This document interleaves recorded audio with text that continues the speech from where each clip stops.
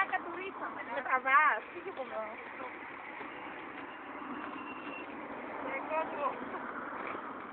Γεια σου Χρυσά.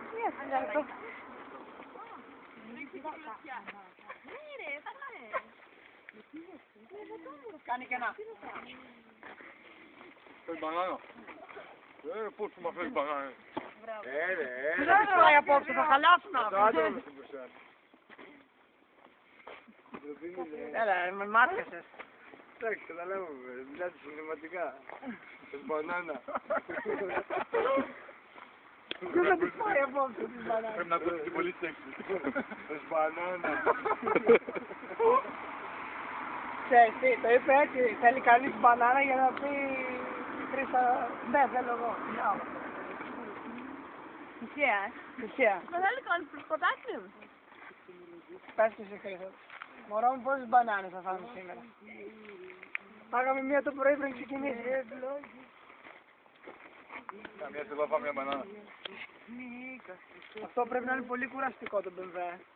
Ταιριάζει με την μπουφάνη, αυτό δεν πήρε μπανάνα. Και με τη μηχανή. Αν είχα πορτοκαλί θα είχα πορτοκάλι. Μίτσο, πώς ήταν η διαδρομή σου? Ήρεμη. Εντάξει. Κουραστική. Εντάξει, τώρα εδώ θέλω να θέσουμε 2.50, 2.40 να πούμε, αλλά θέλω να ξεφύγω την παρέα. Τελικά βλέπω Αλέξη την παράδοση. Εγώ πήγαινα Παίρνω 180-190 εδώ με στην Εύβοια. με 2.20, πώς με πέρασες εκεί πέρα, με πώς θα πήγαινες. Πήγαινα εγώ με 2.20, εσύ με πώς θα πήγαινες. Να την πετάξω τον Δεν πρόλαβα να σε δω. Έπρεπε μια χαρά, 180. Κανόνισε να μην περάσουμε εμείς και γλιστρήσουμε. Έλα ρε λατάρα. Φαντάσου να την πετάξεις μέσα να την πετάξεις μέσα στο δρόμο και να περάσει καμιά μηχανή, καμιά παρέα και να σαβουριαστούν όλοι. Καλά, εκεί τι πήγαμε να πάρουμε. Μέχρι στο χωριό. Τι έκανε αυτό ακριβώς. Είχε ένα σταματημένο αυτοκίνητο, από ό,τι κατάλαβα.